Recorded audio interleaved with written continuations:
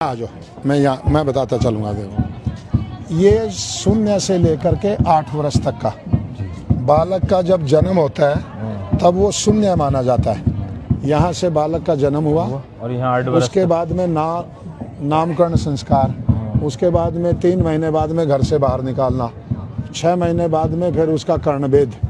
8 साल की आयु में यहाँ तक पहुँचता है, गुरुकुल में तैयार हो। मतलब 8 साल की आयु में बालक गुरुकुल जाता था, 6 और 8 के बीच में।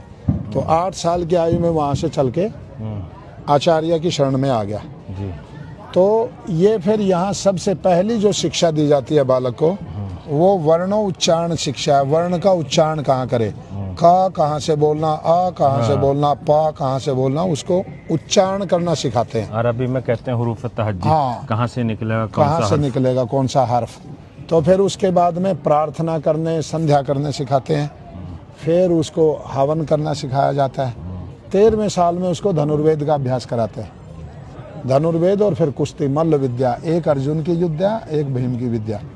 तो ये 13 साल तक का ये जीवन है बालक का। वो पहले से 8 और ये 9 से 13। 9 से 13। फिर ये है 14 से 18। 14 से 18 में यहाँ मैथमेटिक्स सीखता है, यहाँ आयुर्वेद सीखता है। आजकल की शिक्षा पद्धति में तो किसी को PhD भी है, जुकाम हो जाएगा तो डॉक्टर के पास भागेगा, अपनी चिकित्सा नहीं कर सकता। गुरुकुल में पढ़ा हुआ ब्रह्मचारी लगभग रोग शुरू होने के समय ही अपनी चिकित्सा कर लेते हैं, रोग को पनपने नहीं देते। तो उसके बाद में थोड़ा शास्त्रों का अभ्यास, फिर मेडिटेशन। यहाँ पे थोड़ा मेडिटेशन का शुरू हो जाती है शिक्षा। ये 14 से 18 समझो +2 है। +2 तक की एजुकेशन ऐसे ही होते हैं। फिर गोपालन सिखाया जाता है, पशु का पालन कैसे करना है, उन्नत कैसे बनाना है, दूध कैसे निकालना है, कैसे सेवा करनी है, क्या रोग जंग के आदाब भी सिखाए जाते हैं। और फिर तलवार 18वें वर्ष में तलवार का अभ्यास। फिर आ गया 19 से 25। 19 में शुरुआत, क्योंकि अब रिसर्च वाले फील्ड में आ गया ग्रेजुएशन में जी। तो शुरुआत मेडिटेशन से है। रिसर्च का आधार मेडिटेशन है। जो जितना एकाग्रचित होगा उतना ही ज़्यादा अनुसंधान करेगा।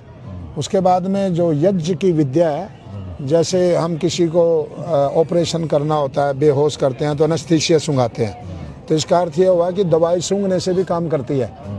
तो ये यज्ञ विद्या सिखाई जाती है कि किस किस प्रकार की जड़ी बूटियां डाल करके किन किन रोगों पे काम किया जाता है। सिर्फ सूंघने से भी मिलती है। हाँ, शिफा मिलती है। ये तो है ही है, आदमी को बेहोशी की दवाई सूंघाते हैं तो फट बेहोश हो जाता है। और फिर उसके बाद में शास्त्रों का अभ्यास। ये फिजिक्स, केमिस्ट्री, लैबोरेटरी जैसे बायो इत्यादि का प्राचीन काल में भी ये सारी जो की त्यों थी। आजकल इसको केमिस्ट्री बोलते हैं, उस टाइम रसायन शास्त्र बोलते थे। तो उसके बाद में और गहरा शास्त्रों का अभ्यास, और ये ग्रेजुएट हो गया गुरुकुल से।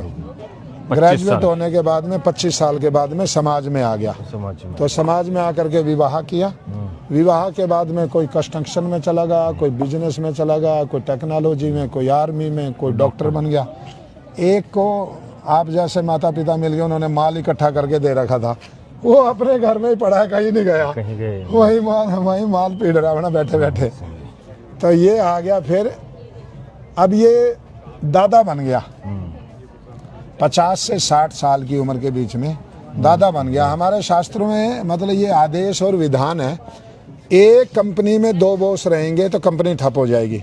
एक गाड़ी को 2 ड्राइवर चलाएंगे तो एक्सीडेंट होगा। एक घर में 2 बाप होंगे तो झगड़ा होगा। एक ही बाप रहे तो 60 साल की आयु, वो जो 8 का वहां से गुरुकुल में चला था, अब वो 60 का हो गया। तो वो घर छोड़ करके गुरुकुल में चला गया वापिस। अब वो 60 की आयु में पढ़ाता है और 8 का पढ़ता है। आजकल तो पढ़ाने वाली 18 साल की, पढ़ने वाला 20 साल का। तो फिर ये आयुर्वेद का अभ्यास करता है, शास्त्र रचना करता है, जंगल में रहता है तो प्राणियों के साथ में प्रेम हो गया, तो सारे प्राणी पास में आकर के बैठते हैं। ये आ गया हमारा डिपार्टमेंट। तो फिर इसने ले लिया 75 साल के उसमें संन्यास ले लिया। संन्यास लेने के बाद में फिर समाधि का अभ्यास किया।